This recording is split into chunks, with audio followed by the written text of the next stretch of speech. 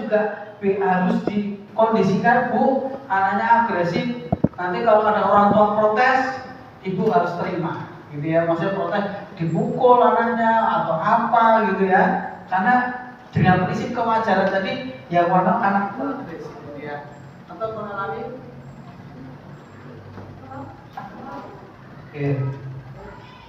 mengalami hambatan tunadaksa, gitu ya. Gangguan emosi ini bisa diterapi, Bu, yaitu dengan terapi relaksasi. Nah, ini ngomong saya ingat. Jadi Bapak Ibu, sebaik ini sebenarnya materi di akhir nanti ya. Takutnya waktunya nggak cukup. Sebelum belajar, biasanya Bapak Ibu apa yang dilakukan?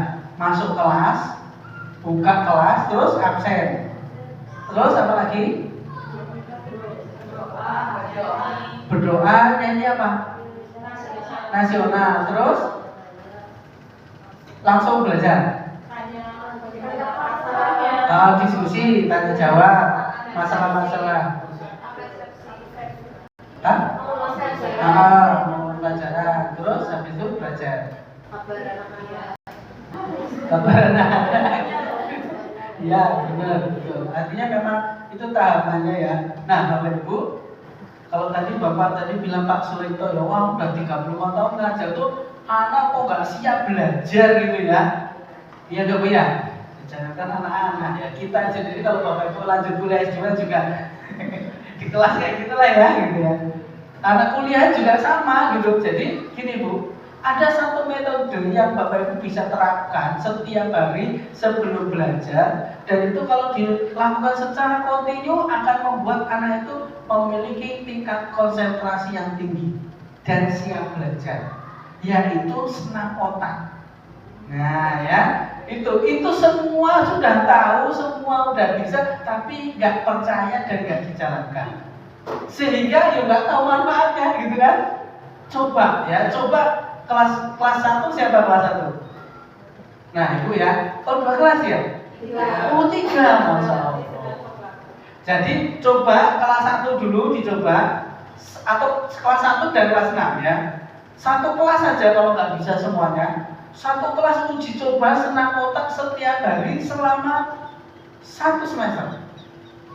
Bandingkan dengan kelas yang tidak senam otak di semester berikutnya. Pasti Ibu akan, wah kalau lagi ini semua wajib senam otak, gitu ya. Dicoba satu kelas saja, atau siapa yang komitmen mau senam otak setiap hari, senam otaknya pakai video biar menarik, pakai musik. Kan itu hanya 3 menit.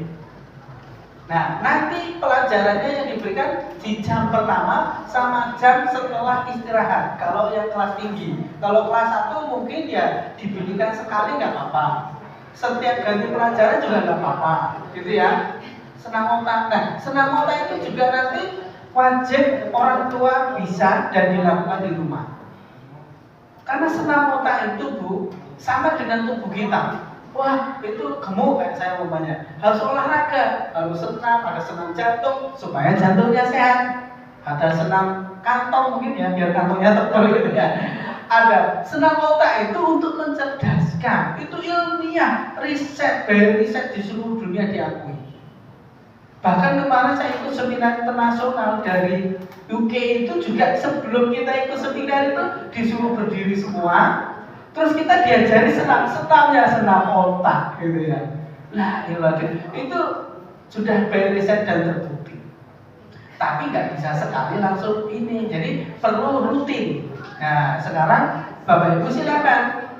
Siapa yang komitmen kelas 1 dan kelas 6 atau mungkin kelas berapa, berikan senam otak setiap hari selama 1 semester. Di rumah nanti orang tua juga berikan, luar biasa. Ya, itu akan merubah kemampuan konsentrasi anak. Konsentrasinya di situ ya, bukan tambah pinter, tapi konsentrasinya itu meningkat. Anak siap belajar. Nah, besok juga orang tua akan saya beri tugas senam otak di rumah. Ya, itu di YouTube banyak Bu senam otak ya. Variasinya udah banyak, musiknya ada. Kalau perlu nanti dilombakan Bu, suatu saat senam otak antar kelas gitu ya. Ya nggak apa-apa gitu ya. Daripada Ibu melakukan kegiatan yang Oh hanya untuk senang-senang. Nah senam otak itu kan ya senang ya sih gitu ya. Karena kalau nggak biasa senam otak juga lemah otot-otot motorik halus kita kaku ya. Nah tapi kalau biasa enak. Itu juga membuat anak-anak itu pandai menulis senam otak. Jadi senam otak itu dari Berry penelitian itu menyeimbangkan antara otak kanan otak kiri dan meningkatkan fungsi otak. Otak itu Bu, Ibu pernah lihat film orang orang yang shock, pingsan, terus disetrum atau di rumah sakit ya, jantungnya ini disetrum juga gitu ya. Itu untuk mengalirkan aliran listrik ke seluruh tubuhnya termasuk ke otak. Jadi kalau otak itu sudah hidup, seluruh badan itu hidup. Gitu. Nah, salah satu mengaktifkan itu dengan senam otak. Gitu ya Bu ya. Karena selama ini yang kita senangkan hanya fisiknya aja. Ya fisik kasih senam, makanan, nah otaknya nggak dikasih. Otaknya hanya dapat sisa-sisa. Makanan apa otaknya? Oh dikasih makanan apa anaknya kan nggak tahu kita. Makanya sebenarnya ya maaf, ini nggak mengecilkan pedagang di sekolahan. Pedagang di sekolah itu juga menyumbang anak-anak kita jadi bodoh sebenarnya.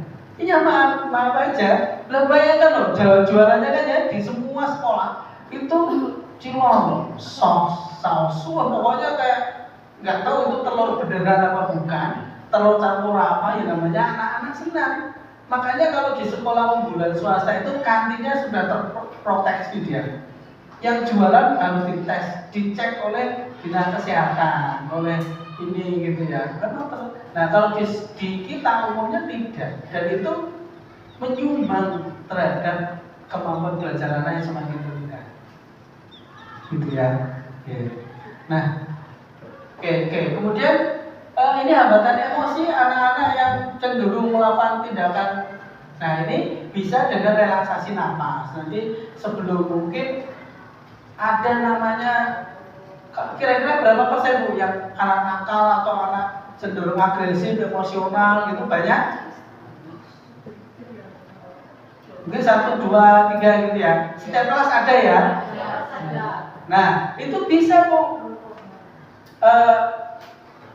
Mungkin besok ya kalau waktunya cukup ya. Itu anak-anak diajarkan relaksasi, napas, gitu ya.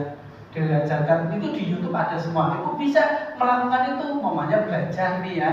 Kok anaknya nggak kondusif? Yuk kita relaksasi. Setelin musik, suruh mencem matanya, atau napas, dengerin musik, gitu kan? Biarkan dia itu tidur 5 menit aja. Mungkin khusus kelas tinggi ya, 4, 5, 6 yang sekolahnya sampai jam 1 ya? Oh jam 1 cuma. Nah mungkin habis istirahat itu kan lelah, capek atau sebelum pulang dikasih itu. Terus disugesti. Oh ada anak hebat, anak baik, besok sekolah yang rajin, besok semangat sekolah di sini. Terus itu Bu, tiap hari diberikan, oh itu luar biasa. Kecerdasan emosional anak tumbuh. Karena jarang kita memberi sugesti positif kan. Yang ada, gak bisa, gitu aja gak bisa. Ini gak, udah di rumah dimarahin orang tuanya, di sekolah dimarahin gurunya, terus bingung kan itu. Aku tuh sebenarnya apa ya, untuk siapa gitu ya. Aku tuh sebenarnya gimana gitu. Nah gitu ya. Oke. Kemudian peserta dengan lambat belajar slow learner ini yang paling banyak. Mungkin 50% pendidik siswa di Indonesia itu mengalami slow learner gitu ya. Anak-anak dengan IQ 90 sampai 70 gitu ya. Anak ini bisa di-up prestasinya, akademiknya kalau dia mendapatkan perlakuan khusus ya. Jadi anak-anak ini memang hambatan di IQ tapi tidak terlalu rendah gitu ya. Tapi membutuhkan waktu yang lebih lama untuk memahami sesuatu. Jadi kalau diajarkan nggak cukup 2-3 kali remedial. Kalau ulangan kok mengulang terus ya itu berarti slow learner. Ya, nah slow learner itu terjadi akan semakin berat kalau dia nggak tahu gaya belajarnya. Maka anak-anak harus tahu gaya belajar yang cocok buat dia. Itu apa? Kalau umpamanya Bu ya, semua siswa kita dites EDU ini kemarin yang semua tes EDU gimana Bu ya? Tambah apa ya? Nah, ditambah itu semua siswanya dites ternyata EDU-nya mayoritas rendah. Jadi 70% sebenarnya masuk kategori inklusi siswanya. masuk slow learner gitu ya. Tapi yang dilaporkan nggak semua karena lebih yang sedang dan berat. Kalau slow learner itu Bu, contoh ya, dari kelas 1 sampai kelas 6 tidak pernah masuk 10 besar, di situ pasti slow learner. Gitu ya. Gitu.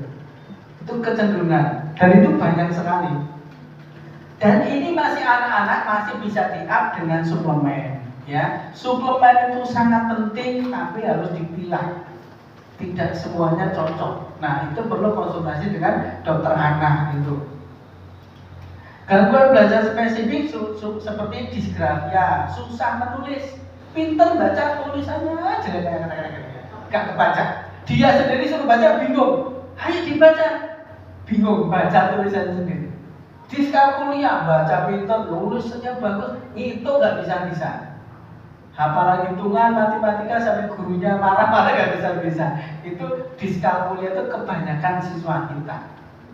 Ya, makanya guru matematika itu favorit di mana-mana ya kan? Favorit dimusuhi. Ya, diskalkulia itu ada kaitannya dengan intelektual juga, Bapak Ibu ya. Nah, kemudian, ini cerdas berbakat. Autis ada di sini? Ada Mbak Asma? Ada. 1 kelas? Oh, kelas 1 baru terdeteksi ya. Oke, jadi kelas 1 apa itu nanti bagiannya Bu siapa? Nah, anak-anak autis ini memang hambatan interaksi, komunikasi dan perilaku. Ya. Ya. Kalau di sini nggak ada autis center ya. Autis itu sebenarnya penanganannya sedikit lebih mudah dibandingkan anak-anak tuna daksa gitu ya, atau anak ADHD gitu ya. Nah, ADHD ini yang agak repot memang ya. Nah, ini ADHD ya.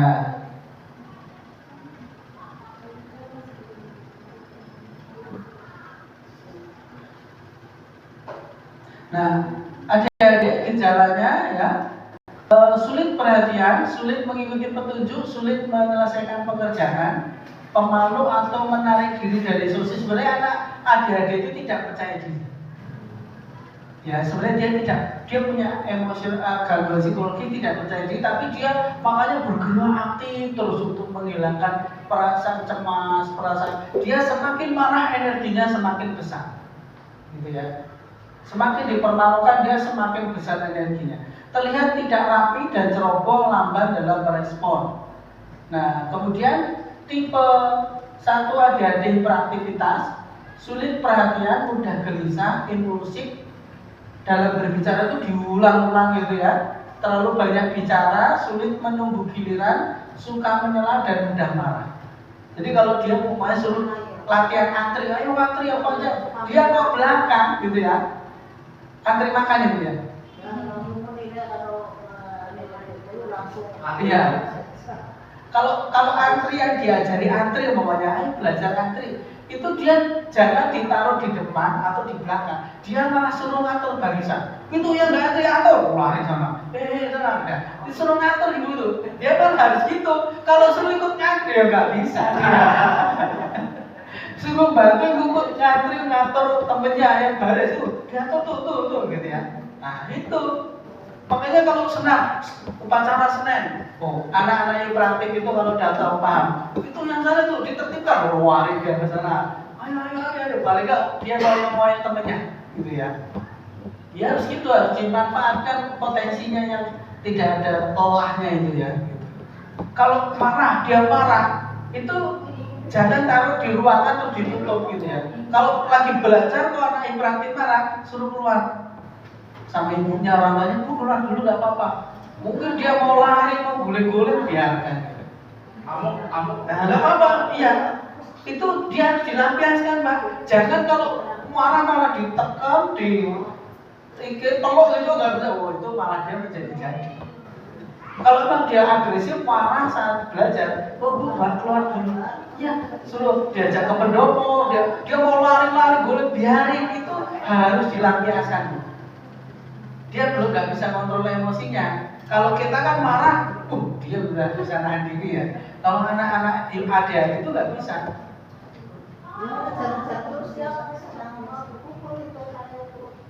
Iya, makanya, nah itu kalau saran saya daripada dia mengganggu di kelas, ya. Nah iya, daripada dia mengganggu di kelas, jadi manajemen waktu belajarnya dia itu di 15 menit terakhir.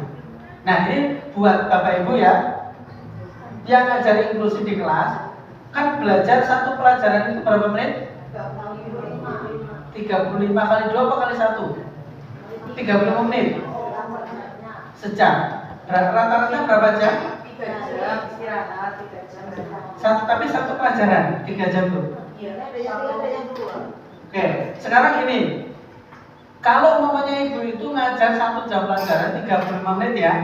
Nah, berarti ibu mengajar kelas anak-anak itu yang pertama itu maksimal 30 menit.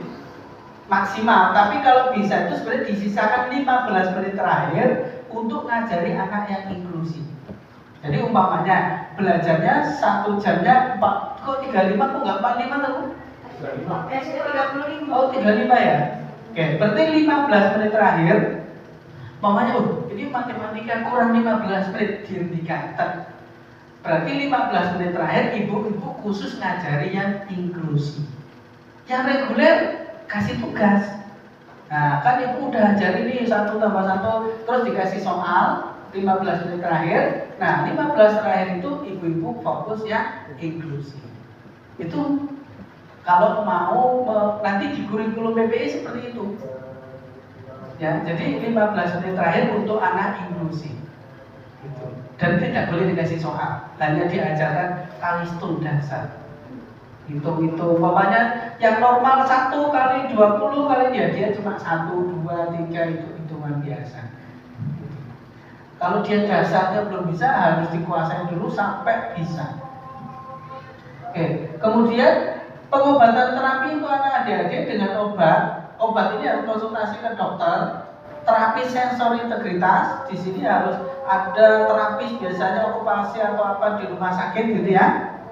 Yang adik-adik ikut terapi nggak Bu? Yang adik-adik? Besok harus rekomendasi terapi di rumah sakit. Gratis Bu. Hah?